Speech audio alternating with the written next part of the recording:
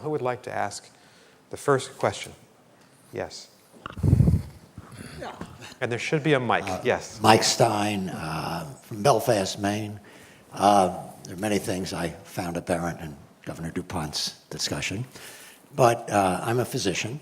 I got out of medical school in 1959. My father was a physician, got out of medical school in 1927. So I've seen the change in the patterns of medical care in this country. When my father was practicing, it was nickel-dime. I remember getting one of the first penicillin injections. Very painful. And I remember as I started training,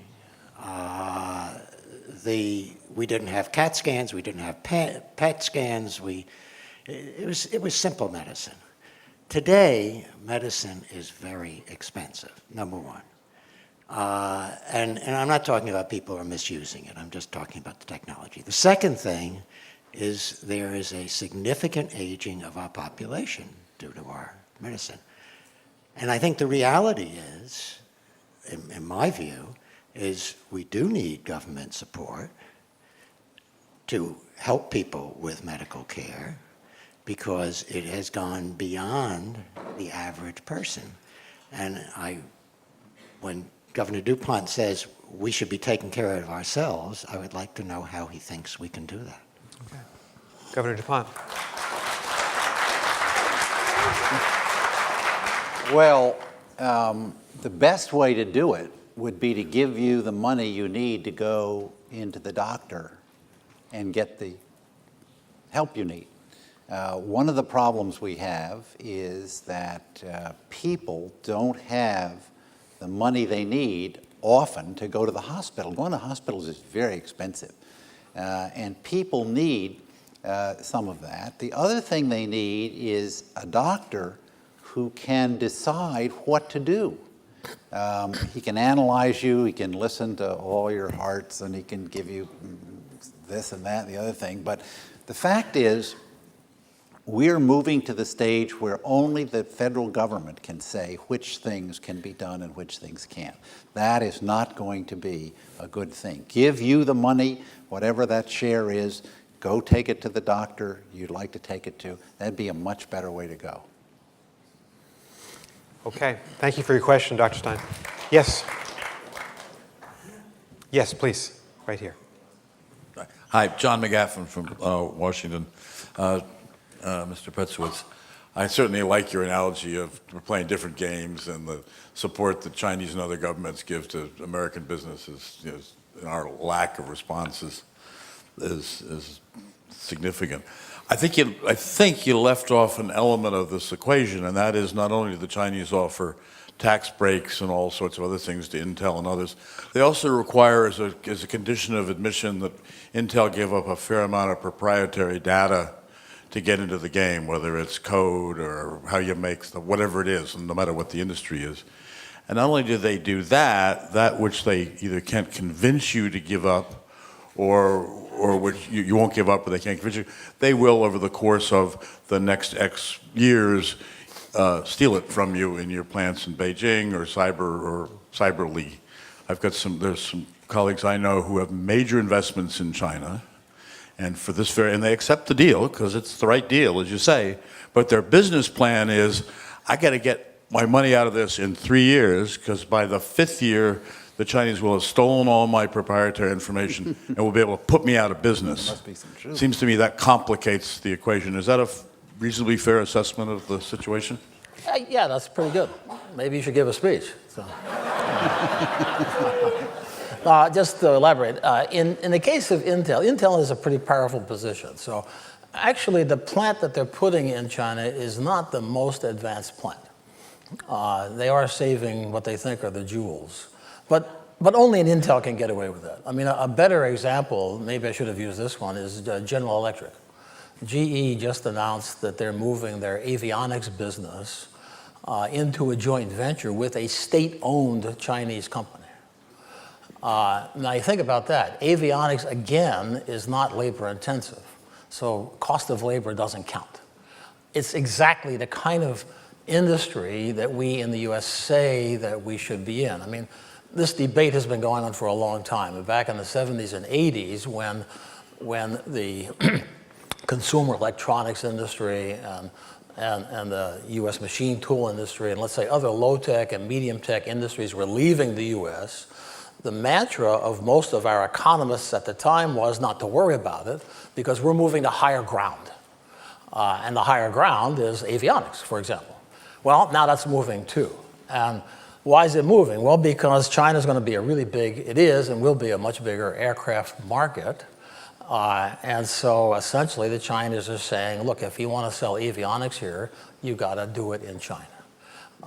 And so GE went for the deal, and they're doing this joint venture with the Chinese state-owned company, not just for China, but globally. So all of GE avionics globally will now be done through this joint venture with the Chinese. And I've had this discussion with Jeff Immelt. I just had this chat with him earlier this week on this. And Jeff says, look, Clyde, this is going to create some jobs in the US, and it probably will, at least initially. And he says, we've got all these provisions in the agreement that we're going to control the technology, and if we don't do it, then we're not going to be in the Chinese market. And so, we went for it. And I understand Jeff's position, but I don't believe for a moment that he's going to protect the technology. And I would be willing to bet that within 5, 6, 7 years, Chinese will be doing their own avionics. And so, yeah, that's kind of what's going on. Can I just ask a quick follow-up? Because John McGaffin, I think, has asked a really important question. What can our government do about this? We have a relationship with China. Right. And is there any leverage that we have to protect American firms from the experience that I think John is correct that a lot of them are having? Yeah, there is. There are things that we can do, and this is where you get into the question of what do we want to do? How do we want to play the cards? So one of the things that we could do is we could say, look, Jeff Immelt, GE, look, GE. You know that avionics, the technology you say is GE's technology? How many US government R&D dollars are in that technology? And I'll tell you a lot. You can say, well, you say that's your technology, Jeff, but wait a minute, all of us paid for it. And you say you're going to protect it, but your record's not terrific on this. So we could have some kind of regulation or at least conversation with regard to under what conditions, how do we kind of go about doing these kinds of deals. Second thing we could do is we could play tit for tat. We have, I just said, a $300 billion trade deficit with China. You could say, hey, China, you know what? You're saying that if American companies want to play in China, they have to make and transfer technology to China. Okay, Huawei, you're a big telecom switching company, selling a lot of switches in the US. So you know what? It's tit for tat, guys. You want to sell switches in the US, you got to make switches in the US, and you got to put your technology in the US.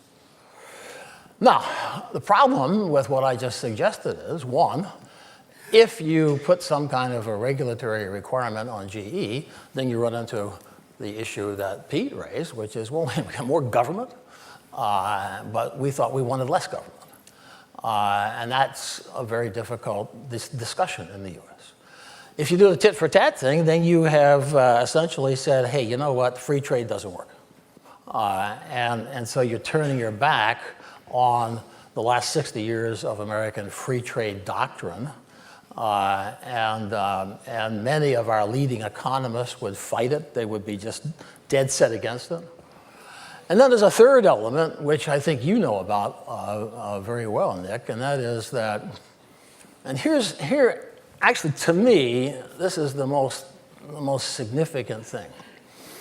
Let me just tell you one more little story. When President Obama his first trip to China, so that would have been the fall of '09, and he and Hu Jintao had a press conference in Shanghai at the conclusion. And they were recounting to the press their accomplishments. And Obama, I was on my computer and I was listening to the press conference out of one ear, and it was blah blah blah blah blah. And then Obama says, and we have agreed to assist China in developing its commercial jet liner, blah, blah, blah, blah, blah. And my head jerked up, and I went, what? Wait a minute. We have a huge trade deficit with these guys. Jet liners is one of the few things we make that we can export to them. We're going to help them make their own? Why? So I followed up on that, and I talked to my friends at the State Department. And the answer, was, well, we need the Chinese to help us deal with North Korea. We need the Chinese to help us deal with the Iranians. We have all these other geopolitical fish to fry. So the point I want to make is that for the United States, in my experience of the past 30 years in playing this game of global economic globalization, for the United States, the number one priority is geopolitical. And we will subordinate our economic interests to achieve geopolitical objectives. The geopolitical thing is always a vote in the UN tomorrow. It's a base in Japan.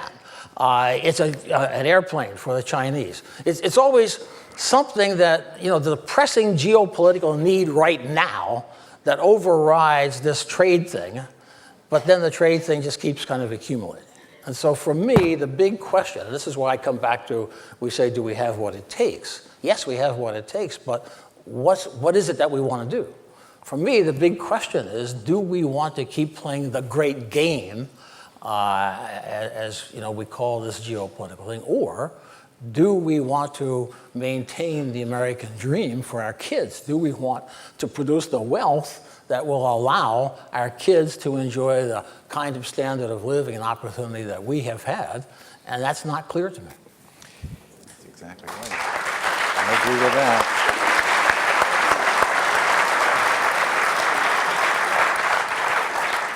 And what makes this doubly complex is that we have to do both. We have to take care of ourselves here at home and have the economy grow, but we've got to be able to compete internationally as well. We've got to work with China and North Korea. It's not either or. In the balcony. Yes. John Davidson from Camden. And Clyde, both in your writing and in your talk today, you talk about having the kind of public policy that would encourage us to make things here. You've also been an advocate for NAFTA, and I'd like you to talk a little bit about the impact NAFTA has made as a public policy statement in terms of success of producing more things here. Right. Can I do one thing? Can I just ask Governor DuPont to answer the first part of your question as well as Clyde? Because Governor DuPont knows something about manufacturing, and one of the big issues is how do we return manufacturing to America? So I just want to give you a chance if you'd like to comment on that. Well, I've not talked to a lot of business people who want to build something in Maine or in Delaware, but it's getting very difficult when the federal government is taking a set of positions. Contraceptives is the best example you see in the press now, and the federal government has such a series of things they want to do that it's getting, I think, very difficult, and it's going to be a problem. But the answer is the federal government ought to be in the business of encouraging people to try to get something done. They should not be in the business of setting all the rules about what they can be. That's the way America used to be. Everybody did back in the 1800s. Everybody did what needed to be done to build the country. And we need to keep doing that. And you're going to make some good comments about what the government ought to be doing here. But the fact is they ought to be letting people make decisions that will grow the economy, and that's the piece we're missing. Thank you. Clyde. So with regard to NAFTA, it's interesting you asked that question. Yesterday, I had a breakfast meeting with the head of a Mexican steel company and with Leo Gerard, the head of the United Steelworkers. And the topic was China, because the Mexicans are getting killed by China. And the steelworkers union in the U.S. has formed an organization called the Alliance for American Manufacturing, which they're promoting manufacturing in the U.S. And actually, it's been quite effective in proposing different policy ideas and pushing the notion that we need to be manufacturing. And so this Mexican guy was interested in trying to join up. So no, here's how I feel about NAFTA. When it was being negotiated, I took the position during the negotiation that I wasn't for it or against it. I wanted to see the deal. In fact, I want to tell you what the deal should be. And if it's A, I'm against it. If it's B, I could be for it. Now, as it turned out, I thought it wasn't a terrible deal, and so I supported it. But the basis, really, of my support was the following. Ross Perot was talking about the great sucking sound, and jobs are going to Mexico. And my response to Ross was, look, Ross, there may be a great sucking sound, but if those jobs don't go to Mexico, they're going to go to China and Asia. And the thing is that in Mexico, if things are produced in Mexico, the parts and components, materials, largely come from the US. If they're produced in Asia, they don't. And so for the United States, for workers in the United States, a NAFTA deal is better than no deal because no deal means it goes to Asia. And I think that has proven true. And what has happened is that in the immediate aftermath of NAFTA, there was creation of a lot of so-called maquiladoras along the border in Mexico. They're all gone. They're all in Asia. I was in Mexico City last month, and sometimes when you stop at a stop sign in Mexico City, kids jump out to sell you stuff. And I usually buy just to see what they're selling. And so I bought some toy that this kid was selling, and I turned it over, made in China. And I said, wow, when the street kids in Mexico are selling stuff made in China, there's a problem. And so my own view is that we should create, to me, it's kind of like the Europeans. Angela Merkel is saying that they need more Europe. To solve the current European crisis, they need more Europe. I feel that we need more NAFTA. I think the problem with NAFTA is it's a halfway house. And what I would like to see is a North American economic union. I would like to see that North American economic union with one finance ministry, one currency, one tariff wall, one trade negotiator, and one antitrust regime. And actually, to be even bolder, I would like to take that North American economic union, and I would like to integrate Korea and Japan into it. And possibly, ultimately, Australia and New Zealand and some others in Asia, and the Brits do not want to be in Europe. The Brits do not want to be in Europe. So let's offer them an alternative. That's well spoken. World government. We have a question from one of our remote locations, I think. This is for Governor DuPont. This is from Derek Lane in Orono, Maine, from Ellsworth. Governor DuPont, you mentioned the rising cost of post-secondary education. What can we do as a nation to control those costs? The costs have gone up because every university runs its own operation. Every university decides what the cost's going to be, how much the rooms are going to cost in the dorms, what the teachers are going to get paid. It's all part of being an organization in which you take care of yourself and you compete with anybody else. The government, I don't believe, has ever stepped forward to try to take control of the prices in universities. Now, whether that's going to come kind of remains to be seen. But at the moment, they can set the price. They do set the price, and so it just goes up because that's what they think is the good thing, and because it also covers some of the costs. And finally, because a lot of the universities are getting bigger in the things they do. Gosh, the University of Delaware does things now that 10 years ago, 15 years ago, it never did. So it's getting much more expensive today than it was 10 or 20 years ago. Two thoughts, Governor DuPont. One is, and you'll appreciate this, I work at a university.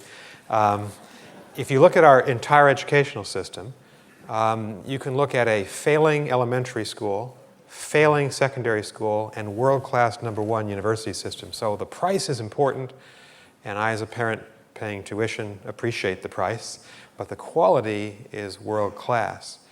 The second point is that President Obama has recently contested and warned universities about rising tuition costs. So he is intervening on behalf of our government to warn universities about federal education being tied negatively to price increases. I think that's right, and the president did say that, and I haven't seen anything happen yet, but I would guess somebody's working on it. But you really don't want another source of deciding what's going on in a university's classrooms because they're giving some money. So I think you have to keep them separate. I think your university ought to make its own decisions, and if you make the decisions that people don't like, they'll go to some other university, and then you'll understand that and you'll begin to change. But putting the federal government into the business of running universities, I think, is a mistake. Thank you. Yes, question back here. Yes, yes, sir. Yeah. Thank you. Darrell Abavisi, Salem, Massachusetts. I thought I heard between the two panelists a common theme, and that is in both the domestic economic scene and the international mercantile scene, a set of common themes. On the one hand, at a very high level, we sort of know what the problems are and at a high level what to do about them. And yet, in each scene, there are a set of social, ideological, cultural, political things which keep us from doing what we think we know we ought to do. Is that true? And why is that happening? Thank you. Thank you for the question. You can be first. If you think that we know what we need, I think we're making this too easy for you. We've somehow given you a false impression, because I don't think that we know what to do. I mean, let me put it this way. I've just given you some insights into my thinking, and I think I'm right. But in all humility, I have to say that there are a lot of people out there who think I'm crazy.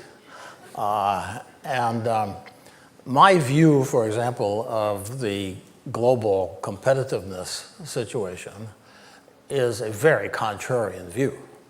Now, I think things are coming my way, but if we were at Harvard, at the economics department at Harvard, they'd be appalled by my views. And so I think that we're still, as a country, we're still groping for actually what it is that we agree on that needs to be done. And at some very high level, we can agree, yeah, we need to get the budget under control. But okay, once you've agreed that, then how? And then that's when things begin to fall apart.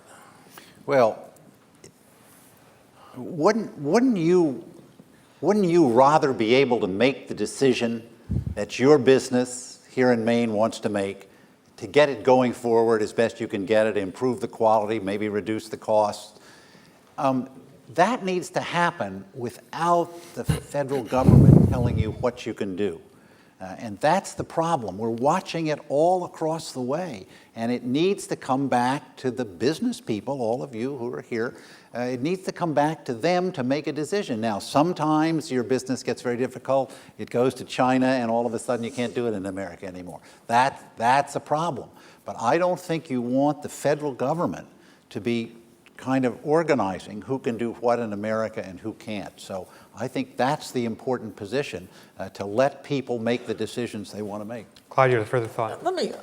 This is really, Nick, you said it, this is in a way the key is what is the right government-private sector relationship? And I think it's a very fraught discussion in the U.S. because of our history of proud independence and revolt against authority and so forth. But let's look at big government has occurred in the United States largely in response to war. We had a small government before the Civil War. The government was pretty small before the First World War.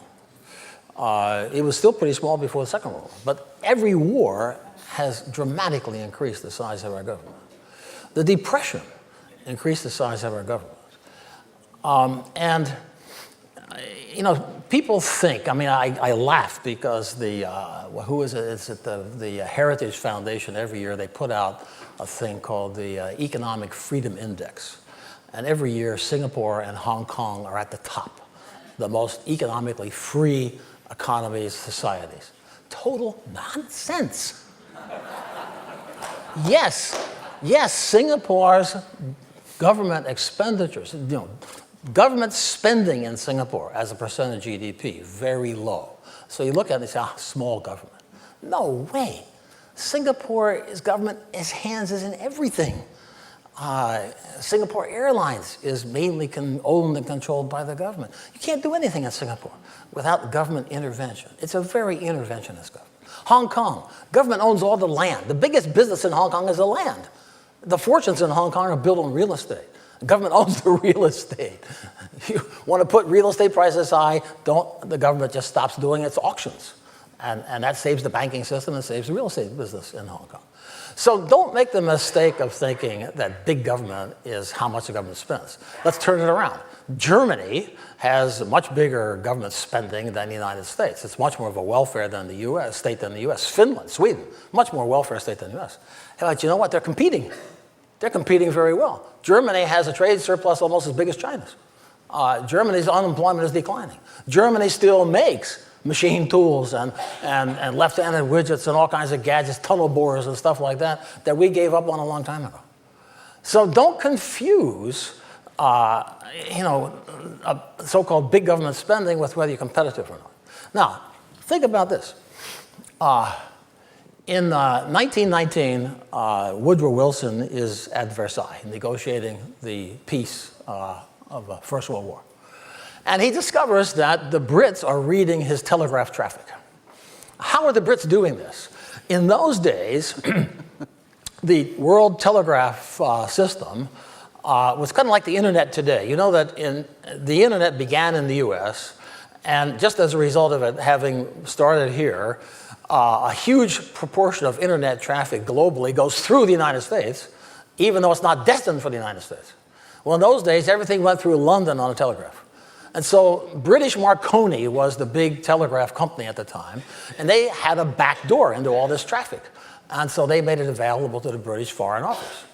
So Wilson is really upset by this, and he calls up his secretary or assistant secretary of the Navy at the time, a guy named Franklin Delano Roosevelt. And he says, Frank, I got this problem, and it's just not acceptable. He said, so I want you to set up a company to beat British Marconi. So Frank calls in the heads of AT&T, General Electric, United Fruit, and Westinghouse. And he says, okay, guys, we're going to establish a company to beat British Marconi. The US Navy is going to be a 50% shareholder. You guys have the rest of the shares. That company was established. It went on to become the world's leading electronics company. Does anybody know its name? RCA, right. Smart guy, RCA. US Navy was the 50% shareholder of RCA until the mid-1930s when the Navy sold off its shares. So the reason I give it, look, here's the point I want to make. The United States economy has from the beginning, Alexander Hamilton's first report on American manufacturers, 1792, was a report calling for a policy to promote manufacturing and innovation in the United States. And from the end of the War of 1812 until 1945, the United States pursued policies very much like China is doing today. We used to play football. In 1945, we won. We were the Rose Bowl champs. And then we decided to play tennis. So the point I want to make is, look, we have done very well in the United States when government and industry have cooperated and have worked together. And I think that the concern, I agree with the Governor DuPont that I am concerned about excess government spending. I am concerned about the debt and the huge deficits that we're running up. But that's, in a way, a different story than the tennis football game. And so I think it's important to understand that distinction. Could I ask him one question? I think you deserve a little bit of space. I'm going to give it to you.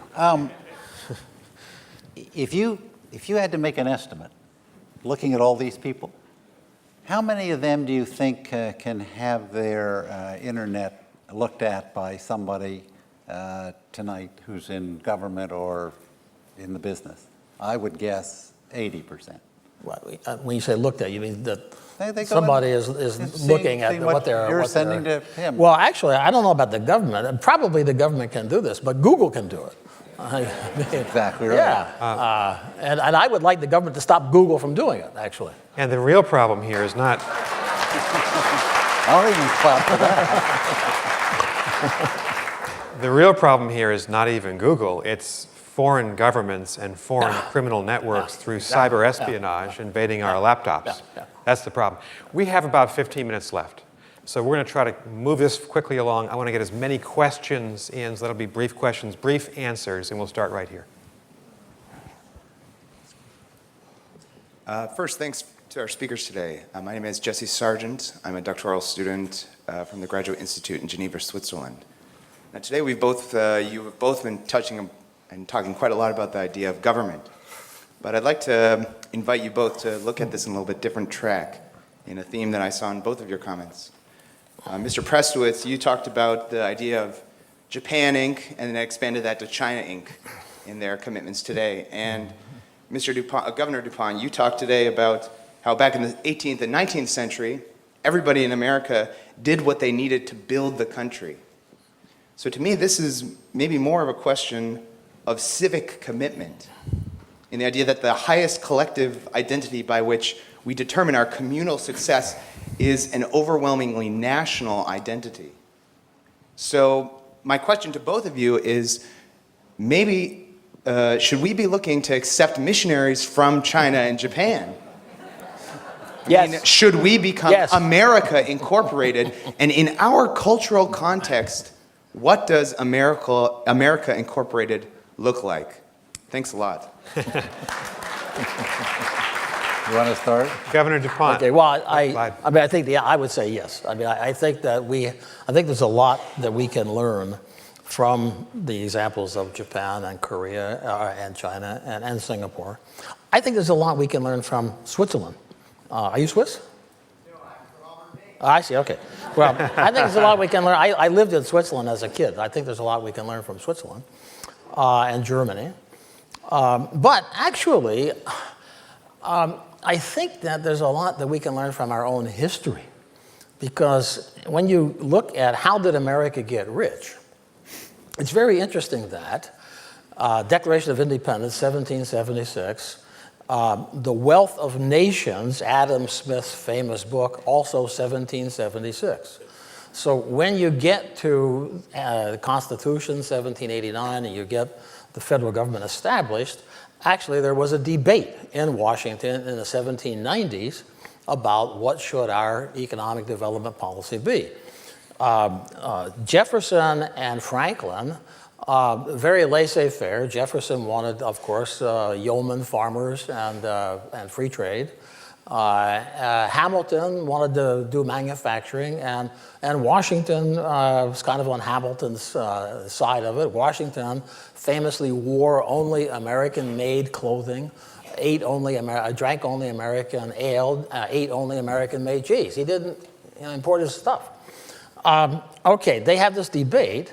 They were aware of Adam Smith. They knew Adam Smith's stuff. They rejected it. And they said, look, that's okay for the Brits. You guys are already leading the Industrial Revolution. We got to catch up. And so after the War of 1812, you have the beginning of the American system. The cotton gin invented on a government contract. The interchangeable parts assembly line invented, Eli Whitney, on a government contract. Telegraph invented on a government contract. High tariffs. Building of canals and bridges and roads. Biggest government industrial policy of all time, the Homestead Act. What was the biggest industry in the United States in the 19th century? Agriculture. The government owns all the land. We make the land available to homesteaders. Huge industrial policy. Railroads. We gave the railroads all the land, rights of way. So we know how to play football. And we don't even have to look at China and Japan, just look at our own history. Thank you. Governor DePont, did you want to?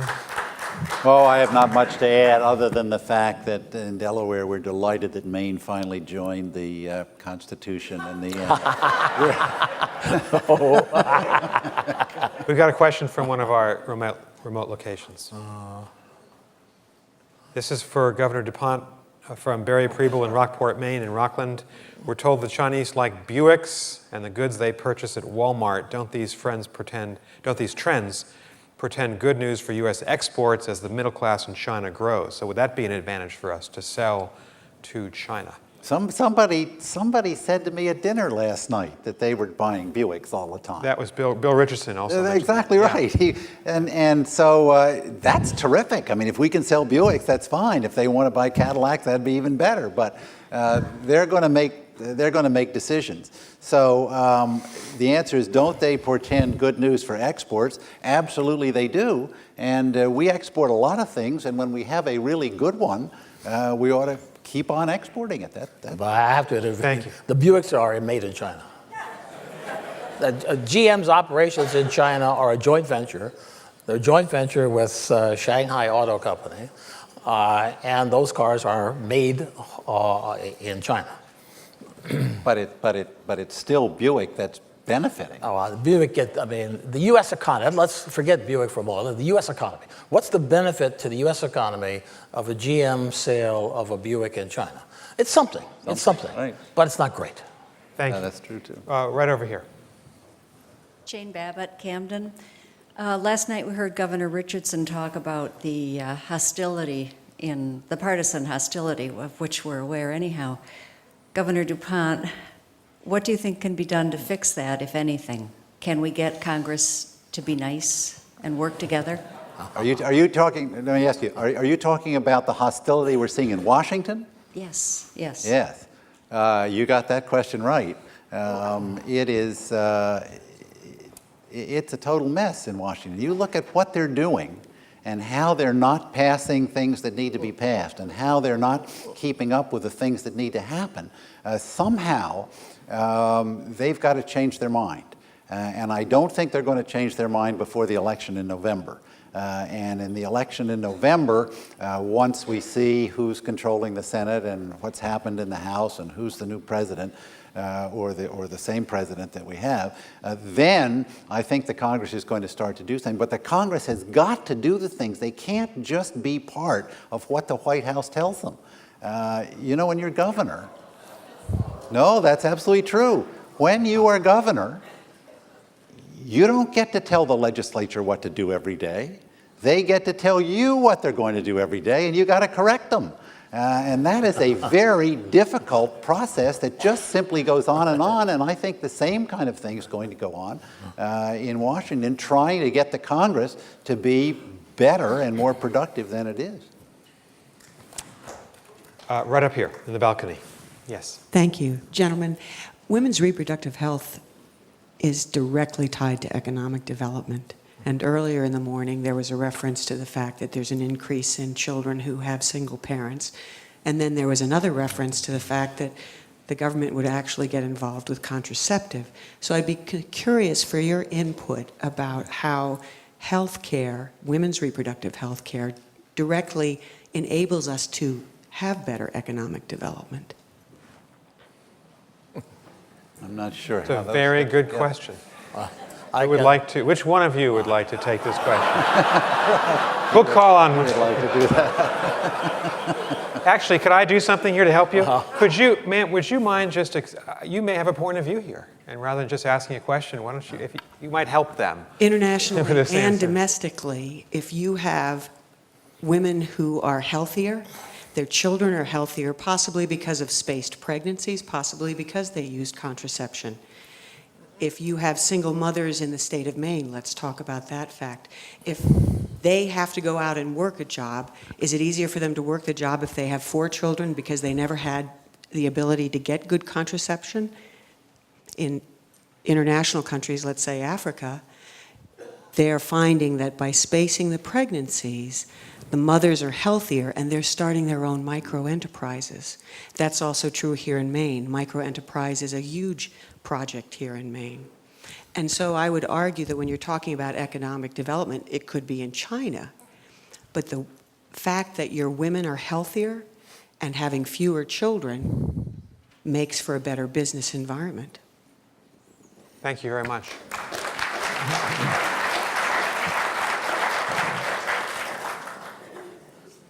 I would just say that every woman who would like to have a contraceptive so that she doesn't become pregnant ought to have the right to do that. Now, that's not quite the way America works. There's all kinds of rules that seem to be tucked in here and there. But helping people do what they want in regard to the families they have is a very important thing to get done. Thank you. Yes, please, in the back. Yes, my name is Louisa Boatwright, and I'm from Newport, Rhode Island. And do we have what it takes? I would say yes, but we have seen a huge amount of change, which we need to accommodate. The global economy, the global world, global corporations. I guess we seem to have a little of the Congress up there, feels like to me, but when the Republicans and Senator DuPont, you say that the states should be taking more control in this global environment. So we have 50 regulations versus 1 federal regulation. I'm particularly talking about healthcare now, because corporations have to deal, global corporations have to deal with all these different regulations for each and every state versus if it was federal. So I'd like to have an answer there. And third, or second, the fact that before globalization came into being, people seem to, and I may be wrong on this, but seem to care about their people and their corporations a bit more than what's happening today. In the last 20, 25 years, you see this massive executive compensation thing coming into play for shipping jobs elsewhere. And the shared employee benefit of profits seems to have declined. Thank you. Well, let me start with the last part first. It's true that globalization has been accompanied by a rising gap between rich and poor, and clearly also by shifts from defined benefit to defined contribution pensions and less job security and so forth, at least in the United States. And here's where I think we maybe should be thinking about the relationship between the states and the federal government. People don't think about this very much, but because we're from Delaware, we do. Delaware is the world champion for incorporating corporations. And most corporations are incorporated in Delaware. Right. But it's important to think about this because corporations are chartered. They're chartered by the state. And why are they chartered by the state? The state gives a corporation certain benefits, limited liability and other valuable benefits. The state does that because the state thinks that the corporation is going to provide some benefit to the society, to the larger society. Now, it's interesting to compare American corporations, let's say with German corporations or with Japanese corporations or others around the world, because they have different kinds of charters and different requirements in those charters as to their behavior toward their societies. The US actually has places the least requirements on corporations and corporate leaders in the corporate charters with regard to how they treat their societies. And so actually what we've seen in the last 25, 30 years is that this gap between rich and poor has grown much more dramatically in the US and in the UK, which is somewhat similar to the US, than it has in Germany or Japan or in other countries with different kinds of corporate charters. So I actually think that one of the things we should be looking at, and Delaware should be looking at, is what's in the corporate charter, and how can the states deal with that in a way that ameliorates some of the less positive aspects of globalization. Well, go ahead and clap. I would say you're absolutely right. Delaware does have a leading corporation system because they produced back in the early 1900s, 1915 or 16, I think, the corporate law that allowed corporations to set up in Delaware because we have a separate court that deals with them. So the corporations feel that if they get into an argument, there's a court of 7 people who can handle those things, and they're specially into how corporations work. So that's been going on for some time. We took it a few years ago and tried to fix it because the local legislature had been adding all kinds of corporate requirements. They had taxes that were special, they had things they had to do, and so that had to be fixed up. The thing we honestly worry about is that someday Barney Frank, who thank heavens is leaving, so he won't be able to get this done. He was on the plane last night. Was he? Oh my God! Right in front of me. Right, really? Well, he is leaving. He's the one who wants to have all corporations in America be national, and the cost to the Delaware legislature and government would be enormous. So that's something we work very hard against, and keep our fingers crossed. He's gone, and we're doing all right. I wish we could continue this discussion. Libby and I are actually constituents of Congressman Frank, who's very popular in his district in Massachusetts, but that's another question.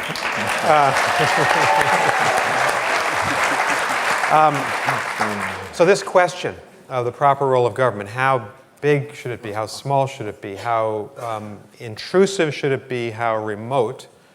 Should government be helping our corporations to compete? This debate is still not finished. We started it with Jefferson and Hamilton in the 1780s and 90s. We're still having it. It's a testimony to our vibrant democracy. Thank you to the Delaware duo, these two combatants this morning.